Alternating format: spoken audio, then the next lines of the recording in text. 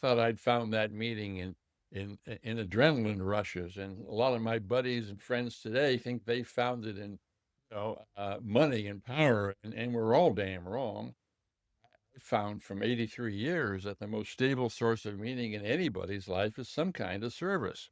And I knew from my mountain climbing that we were going to be dead from hypothermia, dying of the cold in a few hours. So it's like, oh man, all my adventures, this time I'm really going to cash in. I'm not going to make it. Hello and welcome to the very first interview of season number 3 of The Measuring Post. And with me today, I've got a phenomenal guest who's got a very exquisite and long history, crazy things this man has accomplished in his life. And I'm going to let him explain a little bit about what he's about now and where he's been to get to this point in his journey. But again, my name is Joe Massa. This is The Measuring Post, a place where we can learn and grow together. And with me today is the very prestigious and esteemed Mr. John Graham. Now, John is former military member. He's a climber, adventurer, a diplomat, an author, an activist, a public speaker, and now currently is the executive director of the Giraffe Heroes Project. So I'll let him explain what that is. But for now, John, welcome to the Measuring Post. How are you today, sir? Hey, I'm happy to be here, Joe, and I'm fine. A cup of coffee really starts my day. I'm out here on the West Coast. Great. Yeah, absolutely. I completely understand. I never quite got into coffee. It was never my thing. I don't need a whole lot of caffeine, but my wife definitely likes coffee. So enjoy your cup of Joe while you're talking to Joe. So tell us a little bit about currently what you're working on, or what is the Giraffe Hero Project, and what led you from point A to point B to get to where you are with this amazing company. Oh, wow. What a story that is. Okay, the Giraffe Heroes Project is not about animals. I'm sure your listeners have already picked that up. It's about inspiring people, motivating people to stick their necks out. That's where the metaphor comes from. Giraffe has a long neck. And we've been doing it for 43 years. The idea is really simple. I mean, it's been around for 100,000 years. If you want people in your culture to be heroic, well, you don't preach at them to be heroic. You tell them stories of heroes, models, role models, examples. And that's what we've been doing. We find people, and they're men and they're women, and they're every color in the rainbow of from 150 countries. Some of them are kids, most of them are adults, and we tell their stories. And in hearing and reading these stories, other people say, hey, why am I sitting on my couch when there's a problem to be solved, when I can be a hero myself? I'm going to go out and do something. So that's basically our purpose for doing this. And in 43 years, of course, we've done a lot of other stuff too. We've developed a curriculum for kids all the way from kindergarten to 12th grade, helping kids build lives of courage and compassion, helping lives of service. I've written five books, all on the themes of leadership, courage, and service. And so we keep going. I mean, hell, I'm 83 years old. I have no reason to quit. I want to also say, because I want to make sure I get this in there, or I'll get in trouble tonight. The Giraffe Heroes Project was started by my wife, not by me. I'm not smart enough. She was a young single mother in New York City in the early 1980s, and she saw that the news media were all gloom and doom, and nobody was telling the stories of good stuff happening in New York or elsewhere, and no stories of heroes. It was all rather depressing. So Anne Medlock started the Giraffe Heroes Project as an antidote to the gloom and doom news of the day, and of today's day for that matter. And she started finding people sticking their necks out, and she started telling their stories. And in 1982, 83, that was by fax machines and printed press releases, and it was before the internet. And then she finally got into vinyl records. Remember those? Went round and round on a turntable, Joe? You're old enough to Oh, remember. yeah. Yeah, she would do 3 minutes segments on vinyl records, send them out to radio stations to play, and that's how it all started. Frankly, I thought it was not the way to go, because I was at that moment just leaving a pretty good career in the U.S. Foreign Service. And I thought that if I just got out there and started giving speeches, this is in the middle of the Cold War, that I would save the planet because I was such a great speaker. Ha! Very few people came to my speeches, but people were flocking to listen to Anne's broadcasts and read her press releases.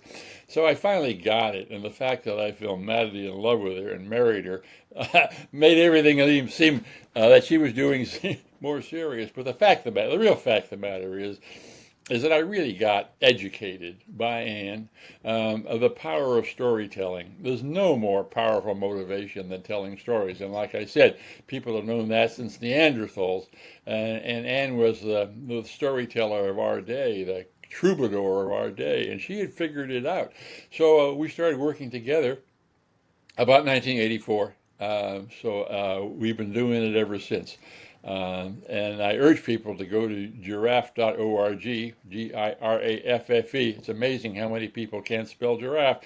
There you'll find out what we're doing. And also, over 43 years, we have told the stories of over 2,000 people, and their stories are all loaded into a library which is accessible at giraffe.org. And I urge people to start scrolling through it and to be inspired by the stories of the giraffe heroes that we tell. And so that's the major part of my life now.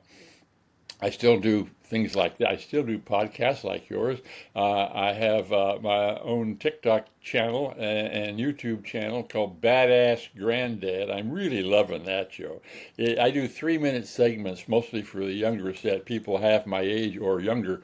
And I tell adventure stories, but then I lead into some kind of life lesson on courage or finding meaning or whatever. Getting great responses. I'm loving doing it. So that's Badass Granddad.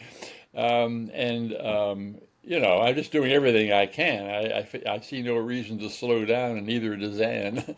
So here we are. Yeah, and John, I got to say, just from learning about your story, you are a badass granddad. Now, not only did you have some, thank you for your service, by the way, in the military, but you were the first person to climb the North Wall of Denali. You were this wild man adventurer that traveled the world. You've seen and done things that people only read about in biographies that I hope someday you write your own, because your story is truly inspiring. So, take me back a little bit, way before Anne, way before the Giraffe Heroes project. Where did your origin story come from, and what led you to find this great project, and what sort of changed your lifestyle from being this man of adventure to now the man of giving back and teaching? Oh, well, here we go. Oh, by the way, you mentioned biography. I'm going to forget if I don't do it right now. I did. I've done what you said. My memoir is called Quest, Quest. Subtitle Risk, Adventure, and the Search for Meaning, and you can get it from Amazon or your bookstore or whatever. So that's done. I've done that, and it's a pretty damn good book. Okay, answer your question. The bumper sticker of my life is that I'm lucky to be alive. I have led a very adventuresome life, and it's funny because I didn't start in any kind of incubation for that, because I grew up in a very mild-mannered American city, Tacoma, Washington, and a mild-mannered community and a mild-mannered family. No one in my life or my family had ever taken significant risks. I was expected that I would graduate from high school and go on to the University of Washington, come back to Tacoma and lead a nice life and raise a family as what, a lawyer or a doctor or something. And that's where I was headed. But then, and I won't go into all the details, I ended up just 17 years old getting a job on a freighter heading to the Far East. Now, in those years, this is late 50s, there were no container ships, and freighters were big ships that had loaded themselves full of every stuff one trades in around the planet. And they were run by 50 or 60 really tough guys, big tough guys, because it was hard work. And anyway, I got a job on a freighter going to the Far East. And right away, these 50 or 60 guys took one look at me and they said, "Oh man, that kid, we're going to teach him some life lessons he'll never get in school." And I guarantee you, I won't go into detail because this is a family station, but they did. They succeeded in teaching me life lessons in that 2 months abroad in the Far East. The very first night, or maybe it was the second night on that ship, I learned something incredibly important. I was out on deck, and another crewman approached me and began making sexual advances. And another crewman grabbed this guy, shoved him up against the bulkhead, beat the shit out of him, and all the while cussing. Oh, magnificent cussing. I mean, I come from Tacoma, Washington. I never heard cussing like that, nor had I seen violence like that. And I thought I was utterly enchanted by it because I had grown up as a tall, skinny kid, constantly bullied by other kids, and I was fed up with it, and I wanted a real model of how to fight back. But unfortunately, my father, I loved the man, but he was a very soft guy. He got pushed around everywhere he went, losing jobs, whatever, contracts, because he was just too really soft. So he was not the model I wanted, and I was desperate to find a model because I was so tired of being pushed around by bullies. And here I am on now this ship, and I watched this crewman. His name was Roy. He's a big black guy, maybe weighed 250 pounds. Shove this other guy around, and I that's it. That's the model I want. And I remember going back to my cabin that night in front of the mirror, practicing cussing like Roy, and pressing an imaginary foe up against the wall and beating the shit out of him. And wow. And the rest of that summer, I mean, there was a barroom brawl. There was all kinds of stuff that just, like they said, I grew up real fast. And the thing was, though, that I discovered on that trip that there was a huge wide world beyond Tacoma, Washington, and it was colorful and it was exciting and it was adventuresome, and part of it was violent, and I just loved it. And I came back and it totally changed. I mean, my life was like, oh, I want to be like Roy. I want to be a man like that. And so my life got oriented toward becoming a Roy or a John Wayne, if you will, and those movies of the day. And the next summer, no, 2 summers later, I was hitchhiking in Europe, and I saw that there was a war going on in Algeria, a colonial war between rebels who wanted to take the country away from the French colonials. And so I said to myself, well, now, I'd never been in a war before. So I hitchhiked down through Morocco, and I stepped across the border into Algeria.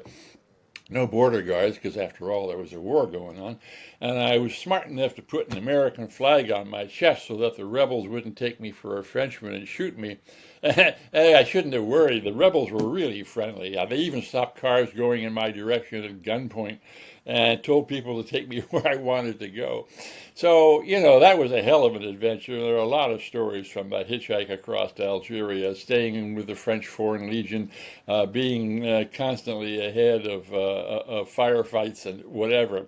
But I survived that. I came back. And the next year, with a bunch of my buddies from the university, I was with that group, and you mentioned this, that made the first direct ascent of the north wall of then Mount McKinley. And it was a climb so difficult and so dangerous that no one's done it since. Anyone who's tried has been killed. It was an insanely dangerous climb, and that face on Mount McKinley is the highest mountain face on the planet, higher and steeper than anything on Mount Everest. It took us 38 days, and every day could have been our last, but we kept surviving avalanches and rock falls and crevasses and all the rest of it, and we made it, we became the first ones, and that climb is now totally famous in annals of North American mountaineering. So I came back from that, and now all I cared about was adventures. I graduated college, and I then hitchhiked around the world. I had a contract with the Boston Globe to write stories on every war I came across, so I did that, and I immersed myself into the wars in Cyprus, Laos, and the beginnings of the war in Vietnam. I walked away from all of it without a scratch, which is important because I took all these adventures, and some of them were damn dangerous, but I walked away with all of them without a scratch. So that led me to believe that I was invulnerable. Now, every 20-year-old thinks he or she is invulnerable, but for me, it became like a religion. So I did really stupid things and took insane risks in terms of getting my stories for the Boston Globe.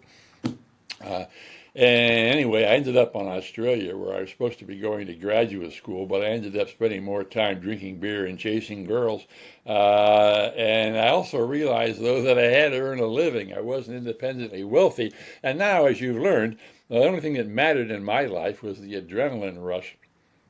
And so I said to myself, how can I keep these adventures going and earn money? Well, the answer was I was going to join the U.S. Foreign Service. Now, I know you've said several times you're thanking me for my military service, but I never wore a uniform. I was in that part of wars and revolutions that didn't wear uniforms, and you can guess some of the stuff I was involved in, intelligence and counterintelligence operations, whatever, some of it damn dangerous. And for example, the second post I had was in Libya, and I was there when Muammar Gaddafi took control of the country in Libya, and I was in the middle of the revolution there, and I just loved it. Everybody else at the embassy in Tripoli was freaking out, but the instant I started seeing cars burning in the public squares and and rock throwing mobs, I was in my element. I just loved it because I realized I'd made the right choice. The Foreign Service was providing all the adventures and paying me for it, and I was surviving because I was then indestructible.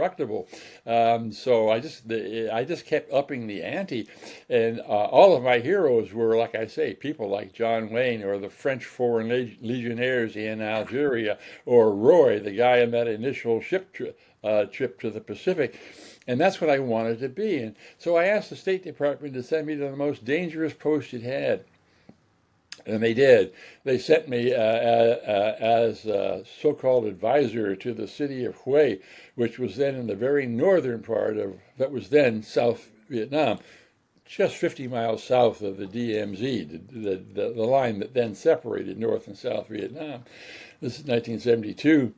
American troops were being withdrawn. Just a few civilians were left, including me. And I was there for a year and a half, and every day I was a target for assassination by the Viet Cong. And mind you, I didn't believe in the war. I thought the war was wrong. I thought the war was stupid. I thought the war was evil. I thought nothing good about the war in Vietnam.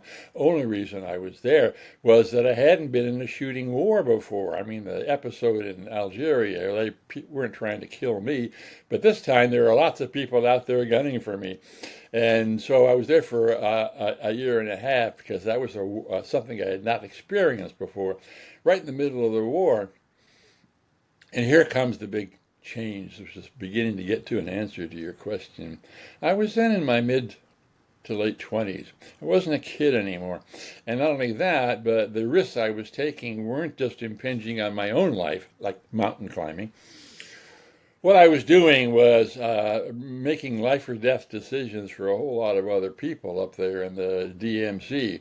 And so I was in the middle of the battle called the Easter Offensive when the North Vietnamese army tried to run over Vietnam and failed, but they came back 3 years later and succeeded. But anyway, in 1972, the North Vietnamese army, the NVA, came storming across that border, heading straight for Hue, where I was. And the South Vietnamese army, which is led by corrupt hacks, quickly folded like a paper tiger, and most of it fell back on Hue or just deserted. And so the NVA came within 10 miles, then 6 miles of Hue. And there was no American Marines this time to defend it. There were just 4 of us civilians in the city with the NVA closing in. And if they closed in, I couldn't get out because if the Americans tried to send a helicopter to rescue me, the Vietnamese would swarm the helicopter, and I'd have to shoot them off the skids to get on. And my whole life depended upon somehow Hue surviving that onslaught. And in the middle of this, I looked at where I was, and I was responsible for the city of Hue because the mayor, a chicken, had fled. And basically, the 3 of us American civilians were trying to patch together a martial law government because we had to keep getting ammunition trucks through the city for the few troops still fighting to defend it 10 miles away. And I couldn't do it because the city was in total chaos because of deserters from the South Vietnamese army, mostly kids dragooned off their paddies just a week or so before. So I remember going to the deputy mayor's office. He at least was brave enough not to cut and run like the rest of his buddies. And I slammed my fist down on his desk and demanded he set up a firing squad to start shooting the deserters, even though I knew they were farm boys dragooned off their paddies, and they were scared shitless, and they had gotten drunk or high on drugs, and they were raping and looting, and they were the problems for the chaos in the city, and they'd burned the marketplace. And I sat there watching this pall of smoke from the burning marketplace and the thump of artillery, and it was like the end of the world. It was incredible. It so happened that the next morning, however, the clouds. Uh-oh. Well, it appears we have lost John. So we're going to see if he hops back on. This does happen when you're recording remotely, but as you can tell, John has had quite the adventurous life. He's the kind of man that really could write 10 or 15 novels just explaining the crazy adventures he's been on. I had the privilege of having a pre-interview conversation with John, and these are new stories to me. I've not heard some of these, but he had a whole list of other stories that we talked about that were equally as impressive and wild. I mean, he's lived like 45 lifetimes in his 83 years, and I really hope he can hop back on because John is truly doing amazing work also. While I have you to myself for the moment until he does hop back on, the Giraffe Heroes project is really, really awesome. I love the meaning behind it. And again, giraffes with their long neck, the whole point of the Giraffe Heroes project is to stick your neck out for others, which I think is really something that people need to be better at. We're really good at taking care of ourselves. We're really good at looking out for number one. But when you put your mentality and your effort into sticking your neck out for somebody else, you really get to see what you're made of, and you get to find out the philanthropy and the ability to give back to your fellow man and woman is truly a remarkable experience that not many people get to say they've done. So again, if you're interested in learning more about them, you go to giraffe.org. That is GRAAFFE.org. So GIRAFFE.org. So again, he's right. Spelling the word giraffe is exceptionally hard for some reason. So he's a fantastic guy, and we're going to give him a few moments. Hopefully he hops back on here, and from there we'll continue our great conversation with John. Am I back on? You are back on. We got you. Yeah, thank you. Yeah, well, I mean, there I was in the middle of this battle, and I was setting up a firing squad to shoot these kids, and I didn't know if it was a good idea or not. And suddenly you realize that I didn't give a shit about the war. As I said, I thought it was evil and wrong and stupid, and here I was costing young lads their lives. And why was I doing that? I didn't believe in the war. I only believed in myself. I only believed in my own adrenaline rush. That's why I was in Vietnam, just for the adventure. And now people were dying because of that. And I suddenly realized how shallow my life had become. And this is the key point. I mean, you asked for turning points in my life. Here I was in the middle of this battle, having just ordered the firing squad to start shooting farm boys because they had deserted. And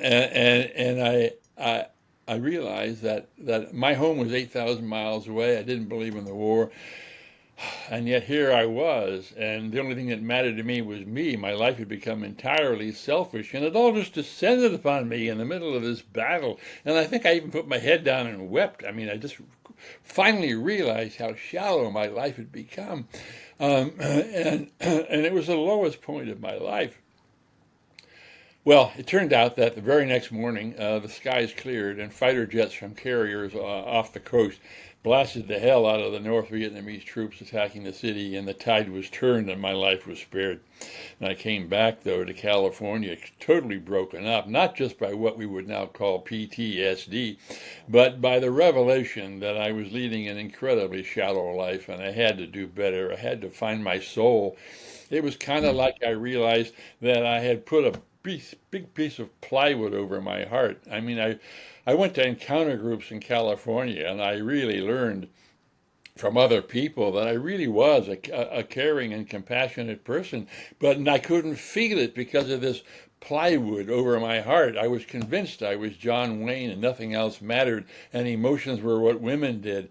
And I realized how wrong that was. But climbing out of that hole wasn't easy. Man, it took me a long time to develop a life based on service, coming full circle from a life based on adrenaline rushes.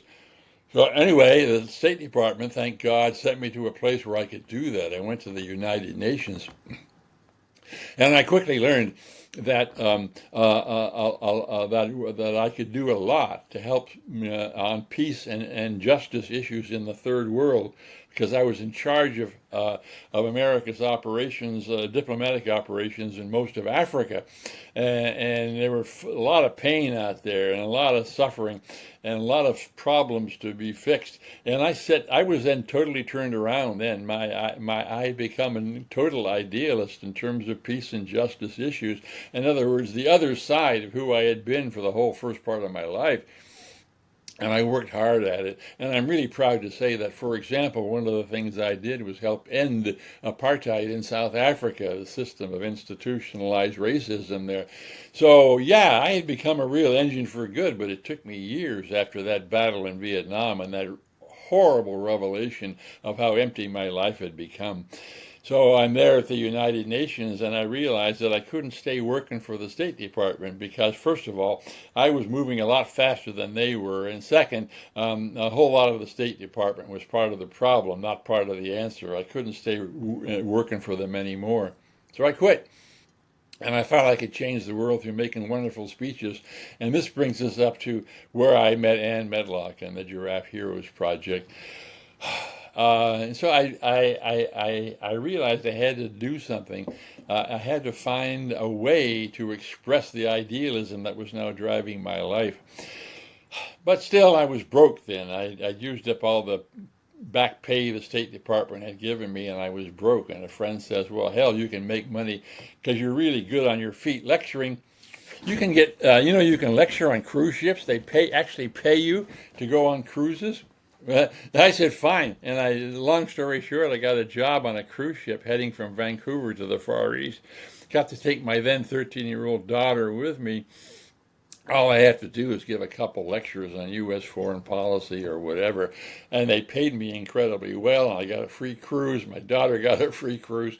But 3 days out of Vancouver, that damn ship catches fire and starts to sink in the North Pacific just as a typhoon is coming on. This is a long story here, well told in that memoir I mentioned. But the long and short of it was that we had to abandon ship in the middle of the North Pacific, 140 miles off the Alaska coast. And I found myself and my daughter in a lifeboat. And it was really tough to rescue us 140 miles from shore. But helicopters came, U.S. Coast Guard, Canadian Coast Guard came, and they would lift people out of the lifeboats and take them to an oil tanker that had come into view answering the SOS. And so I watched Mallory get rescued about noon. We've been in the lifeboat since the middle of the night. About noon, Mallory gets rescued, but now the storm, that typhoon, is hitting us full force, and the helicopters can't fly anymore because it's too damn dangerous. And the only possibility of me and the other, I think it was 8 men left in that lifeboat, the only possibility of being rescued was with a Coast Guard cutter, small ship that was frantically searching the storm trying to find us.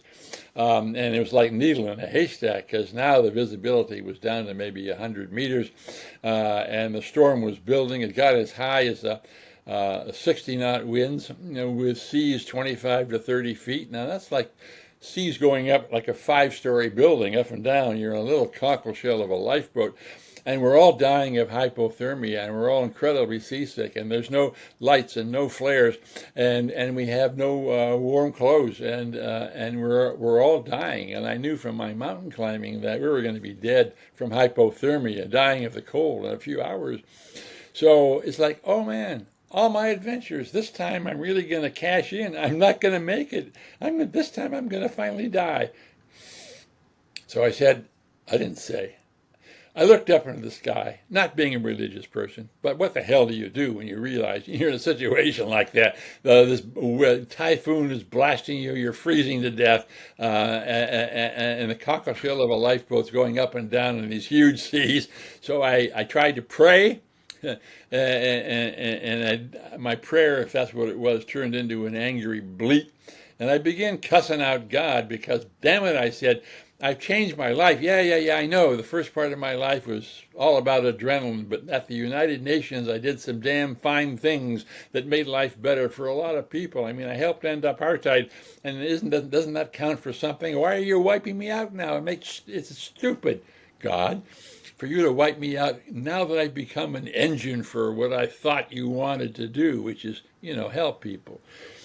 Well, I heard something back. I don't know if it was the wind. The other 7 guys certainly didn't hear anything, but I heard a voice come out of that storm, and it basically said, "Stop kidding yourself. You're lecturing on a cruise ship. You get out of this, you'll lecture on another cruise ship. Those wonderful ideals you discovered, well, they're not very strong, are they? You're lecturing on a cruise ship, and if you get out of this, you'll lecture on another one. And so you got to get serious about your life and what's driving your life. What's driving your life is helping other people, is being of service, and you're not doing that. So you might as well die out here, or the next 50 years of your life aren't going to be worth nothing." So I heard all this. And whether it was God or the wind, it doesn't make any difference. I heard it. And I looked into that storm, and I just says, "Okay, it's a deal. I'll follow that. I'll do that. I won't back out again."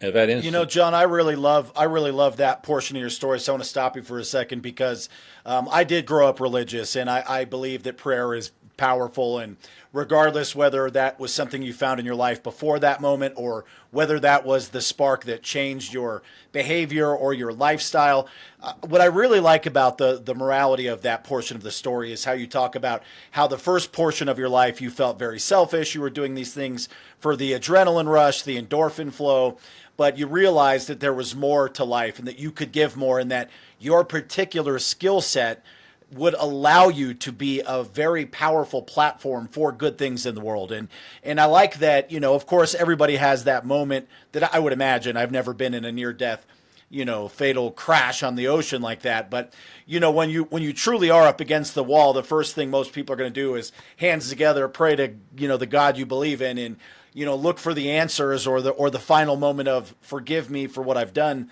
sort of moment of clarity. But I have a question from that.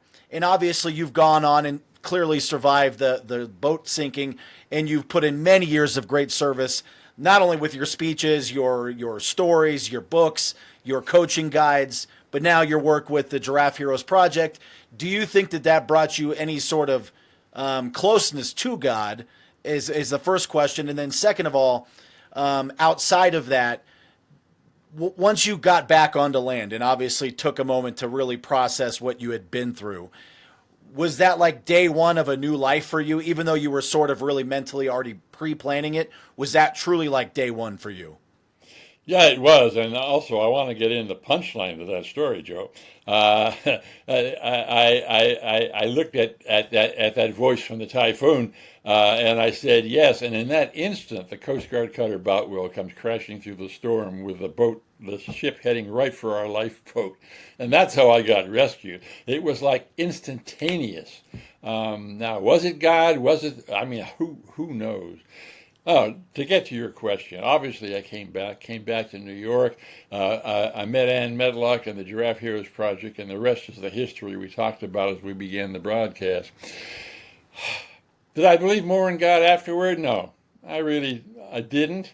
I actually, and this is really weird. I mean, my life has been so weird. Uh, Somewhere in that process in the Giraffe Project, I got into spiritualism. That is to say, talking, I thought, directly to God through mystic trances. and I did that, and I spent a lot of time. So you're going to lose some listeners, but man, it's the truth. I spent a lot of time out of my body in trance states. I did trance healings, for example. I thought I was going crazy because I graduated from Harvard and Stanford. I was a mind person, and all this stuff about trances and stuff and mysticism was all bullshit as far as I was concerned. But there I was, and there was no other explanation. But I demanded to know. I mean, I wanted to know what the hell was happening. So I turned back to God, which by then I realized, in my view, was speaking to me, not from a robe in heaven, but just as some kind of force out there, some sort of unifying force, some sort of first cause. I looked for an answer, and I got it. I mean, as soon as thought I was going crazy, I got the answer I needed as to whether I was going crazy or not. My then wife and I went down to a farm near Charlottesville in Virginia, owned by the parents of some Foreign Service friends of ours. And we were it was a lovely place. It was a summer day, and the kids were playing out in the fields. And then all of a sudden, this passel of kids came running toward the porch where we were having a drink, yelling and screaming because when a little boy, maybe 7, 8 years old, had put his hand on a red hot tractor tailpipe and burned it horribly.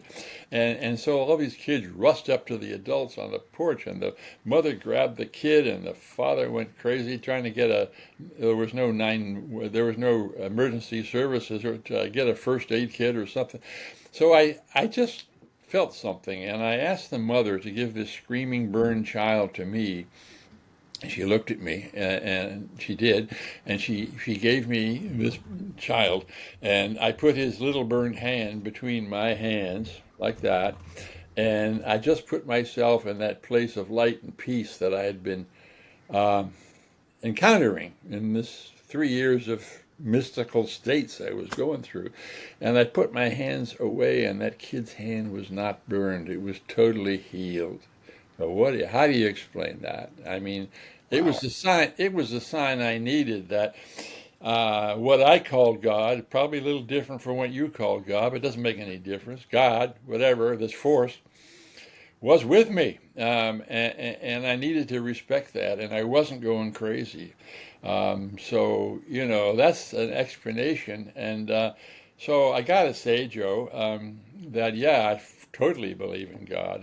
Totally believe in a divine, unifying, first cause force, but I don't necessarily believe in a Christian God or a Muslim God or a Buddhist God. It's more universal than that for me.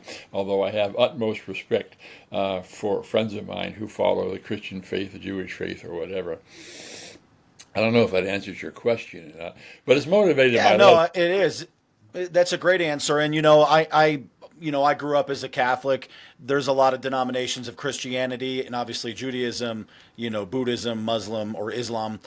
So we don't have all the right answers always, and we'll never know until you make that final ascent to heaven or nirvana or whatever you like to call it. But I love that there is a divine interconnection, a spirituality layer to it, and that is enough for an answer for me. I definitely agree.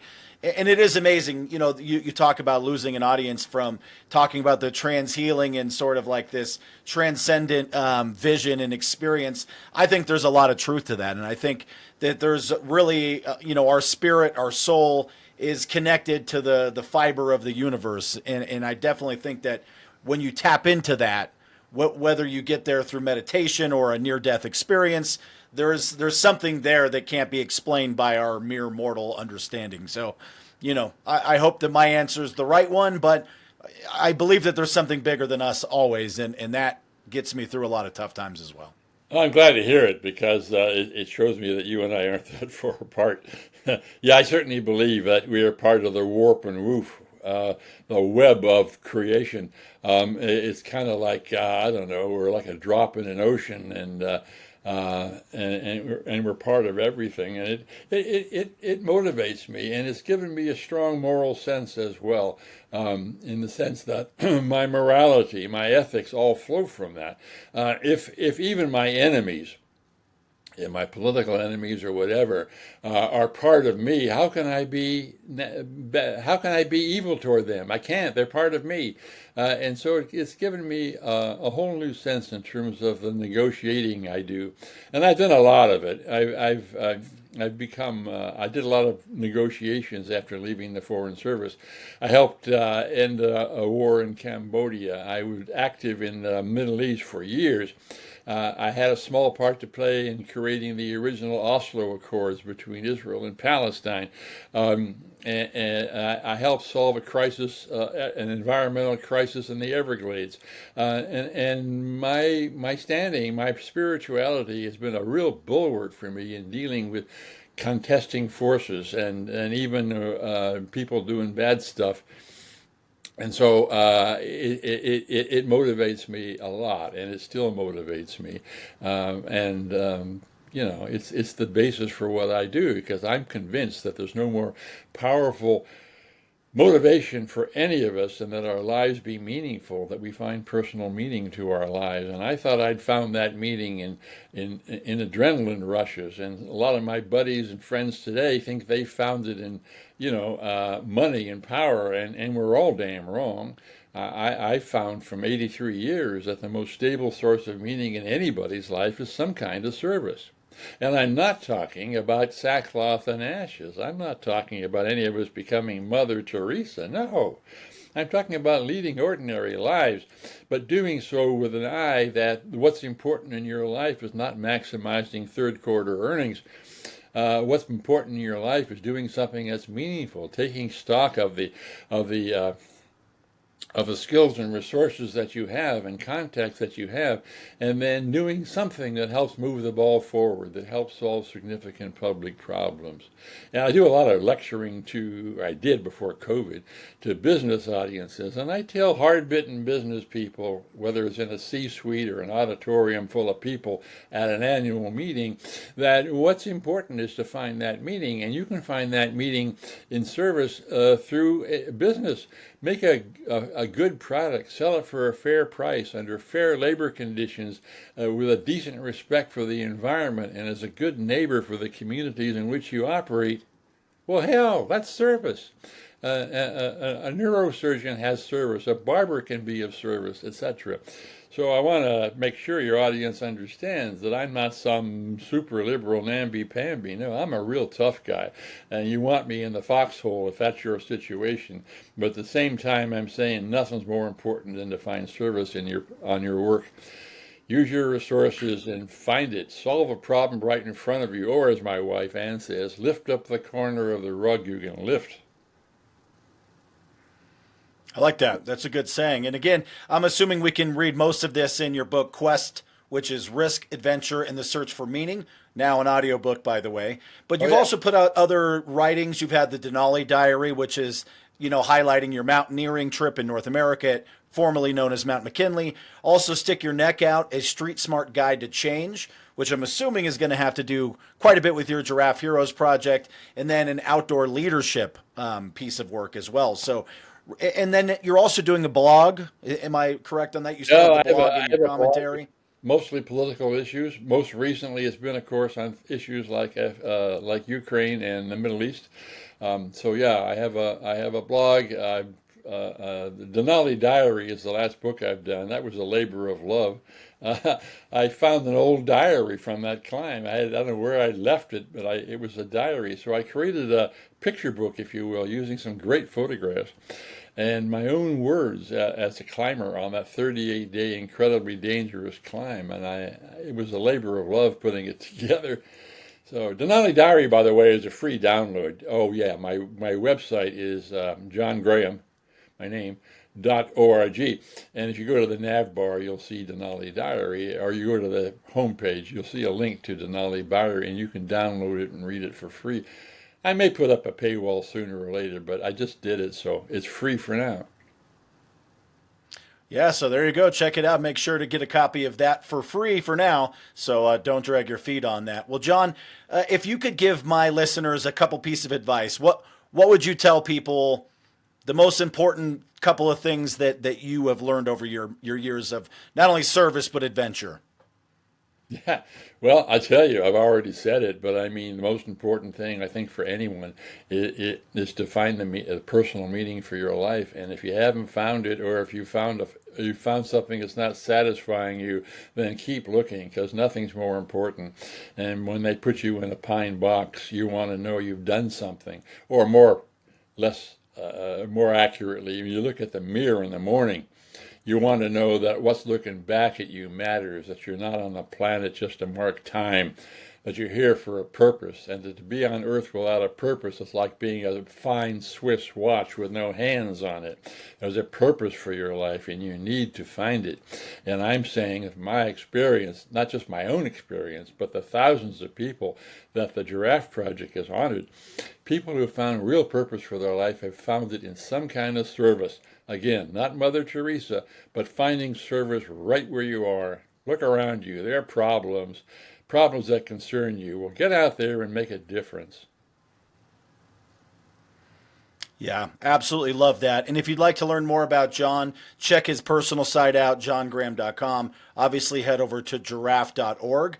There you can learn about all the great things they're doing with the organization, ways that you can get involved and get your hands on some of the material. And again, like John said, find a purpose for your life, find meaning, something that gives you fulfillment. But also, I wholeheartedly agree, and that's really what this podcast is about. It's helping people learn and grow, and so find a way to serve and give to your community and to people around you that maybe can't do it themselves. So be the voice for somebody and use your platform like John did, not only with his intelligence and experience in foreign relations, but then he turned that into the ability to understand how to communicate with people. So find I, your strengths and go out there and give them to the world.